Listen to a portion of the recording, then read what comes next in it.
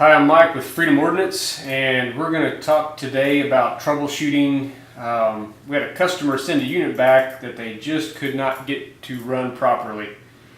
The first thing we did was take the unit and put it on a lower receiver that we have here in the shop, and it ran fine with no issues.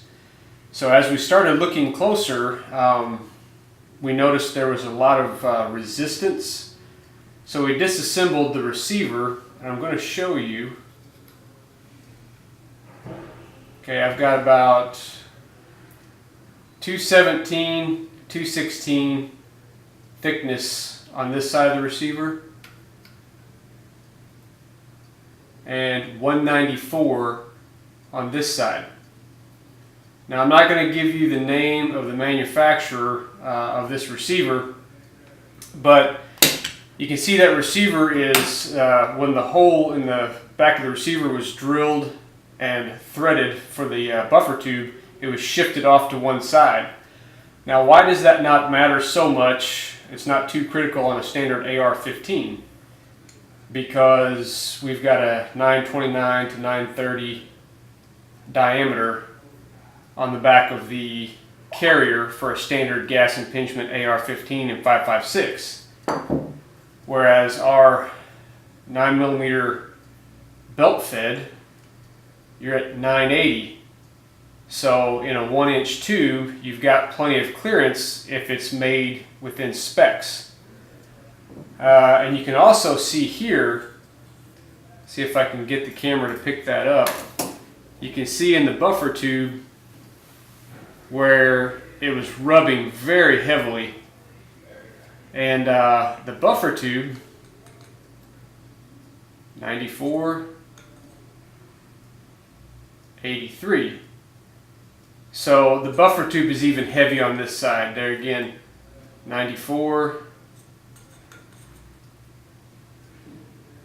83. So cheap buffer tube. It just so happened that the buffer tube was thicker on this side than this side, and the receiver, which I will bring the receiver back in, and let's just check and see. 215, 195. So both the receiver and the buffer tube were not concentric, and they were causing, we noticed a lot of, we had to clean off the bolt. There was a lot of aluminum that had worn right here onto the bolt. So like I said, once we put the unit on a different lower, problem solved. We've had people ship back belt feds to us with their lower, and what we found out is sometimes you can change the buffer tube. It's just the buffer tube that's out of spec. Sometimes you realize that it's the actual receiver that's out of spec, and there's not much you can do if the receiver's out of spec. You can take your buffer tube, if you say, well, I've got a registered full auto lower, I want to run it on this lower, you can chuck this up in a lathe and bore the tube out oversize. We have done that to resolve the problem. But before you start blaming the upper, try it on a different lower and make sure that your lower's in spec. Also, the timing of a full auto, we've noticed that there's a lot of people that are making post samples, and the hole location, if that's off slightly, it's going to affect your timing. A lot of the post samples out there are not quality, they're not within spec. You know, not to knock anyone, we're not going to give any names per se, but if that hole location is off, I mean, we can check the catch on the bolt, but if it's within, 3/1000ths, it's within 3/1000ths. So we can do custom modifications there. Again, if you've got a post sample and you say, hey, well, I've already got the sear, and yeah, it's 20/1000ths off. It's possible you can shave 20/1000ths or add 20/1000ths to a bolt to make it work. So let's talk about okay, you've bought a belt-fed upper, 9mm belt-fed upper, and you have a 5.56 upper, and the 5.56 runs great in full auto.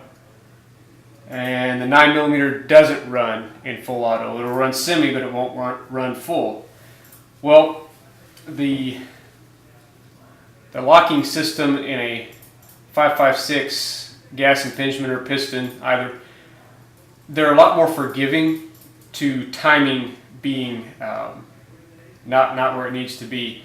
And I'll show you, because if I would drop the hammer and hit the firing pin, it does not protrude through the face of the bolt.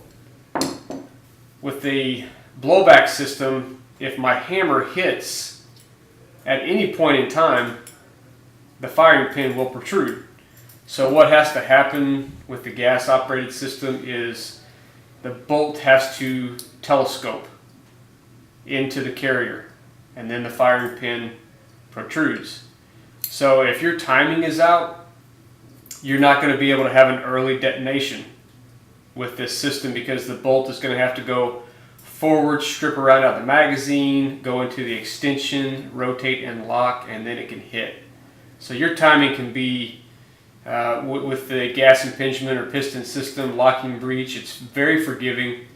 You can be off, but with the blowback system, you've got to be pretty close on your timing. If you're early, it's going to cause failures. Another thing, if your hammer drops too early and pushes this firing pin out, guess what? Your cartridge feeds from the top down.